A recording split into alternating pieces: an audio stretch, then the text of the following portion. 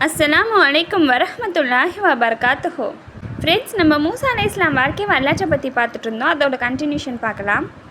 அதுக்கு முன்னாடி சேனலை சப்ஸ்கிரைப் பண்ணாதவங்க சப்ஸ்கிரைப் பண்ணுங்கள். அதே மாதிரி வீடியோக்கு லைக் போடுங்க.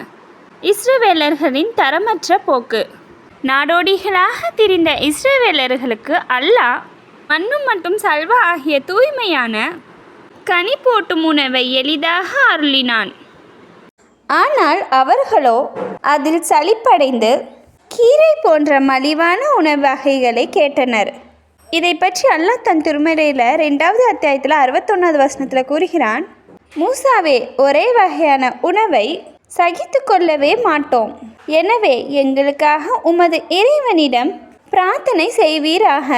பூமி விளைவிக்கின்ற கீரைகள், வெள்ளரிக்காய், பூண்டு, பருப்பு, வெங்காயம் ஆகியவற்றை அவன் எங்களுக்கு வெளிப்படுத்துவான் என்று நீங்கள் கூறிய போது சிறந்ததற்கு பகரமாக தாழ்ந்ததை மாற்றி கேட்டீர்களா?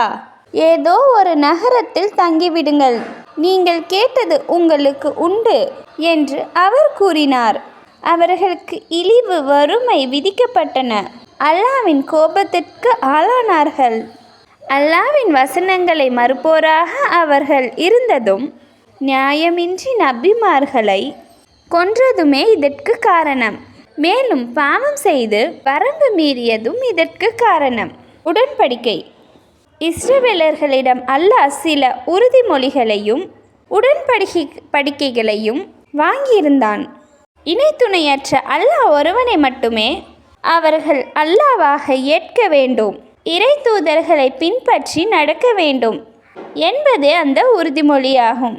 அந்த உறுதிமொழிகளை அவர்களிடமிருந்து பெற்றபோது அங்கிருந்த மலையை அவர்களது தலைக்கு மேலே தூக்கி பிடித்து அந்த உறுதிமொழிகளில் அவர்களை நிலைத்திருக்க வேண்டும் என்று, உறுதியோடு அவற்றை கடைபிடிக்க வேண்டும் என்று அல்லாஹ் அறிவுறுத்தினான்.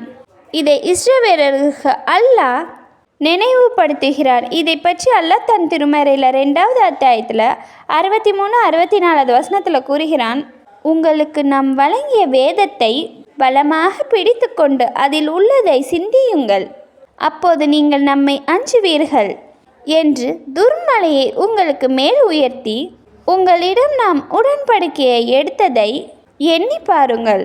இதை மற்றொரு வசனத்தில் அல்லாஹ் கூறுகையில் 7வது அத்தியாயத்தில் 171வது வசனமாக, மலையை அவர்களுக்கு மேல் மேகத்தை போன்று நாம் உயர்த்தி அது நம் மீது விழுந்துவிடும் என்று அவர்கள் நினைத்த போது உங்களுக்கு நாம் வழங்கியதை பலமாக பிடியுங்கள், அதில் உள்ளதை எண்ணி பாருங்கள், நம்மை அஞ்சுவோர் ஆவீர்கள் என்று கூறினோம்.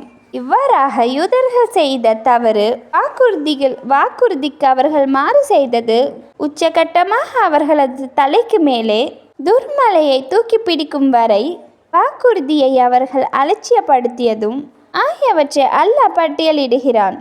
அவ்வாறு துர்மலையை அவர்களுக்கு மேல் தூக்கி பிடித்த போது சொல்லளவில் ஏற்றுக்கொண்ட அவர்கள் மனதளவில் உண்மையை ஏற்கவில்லை. ஆகவே பின்னரும் மாறு செய்தார்கள்.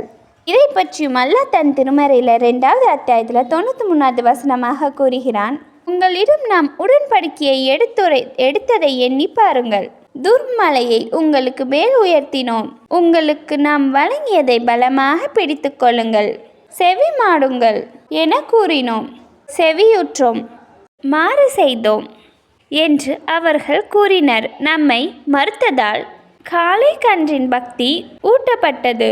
நீங்கள் சரியான நம்பிக்கை கொண்டு இருந்தால் உங்கள் நம்பிக்கை உங்களுக்கு கெட்டதையே கட்டளையிடுகின்றதே என்று கேட்பீராக.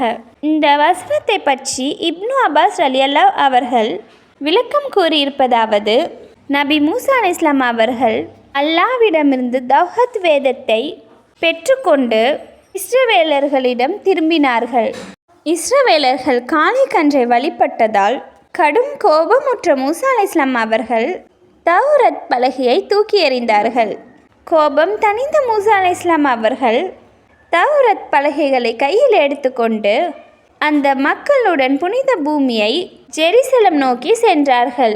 அன்றாட வாழ்க்கையில் மக்கள் கடைபிடிக்க வேண்டிய வழிமுறைகள் என்ன அல்லாஹ் ஆணையிட்டவற்றை மக்கள் மூசா அலைஹிஸ்ஸலாம் அவர்களுக்கு தெரிவித்தார்கள். ஆனால் அவை இஸ்ரவேலர்களுக்கு சிரமமாக தெரியவே அவற்றை ஏற்க மறுத்தார்கள். முடிவில் அவர்களுக்கு மேல் அல்லாஹ் மேகத்தை போன்ற மலையை உயர்த்தினான். அதாவது அவர்களின் தலைக்கு மேல் வானவர்கள் அந்த மலையை தூக்கினார்கள். கொல்லப்பட்டவன் மீண்டும் உயிர் பெற்றல். இஸ்ரவேலர்களிடையே ஒரு கொலை சம்பவம் நடந்தது. கொலைகாரன் யார் என தெரியவில்லை.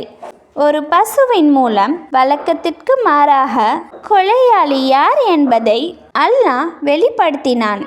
கொலையுண்ட மனிதரை மீண்டும் உயிர்ப்பித்து கொலையாளி யார் என்பதை சொல்ல வைத்தான்.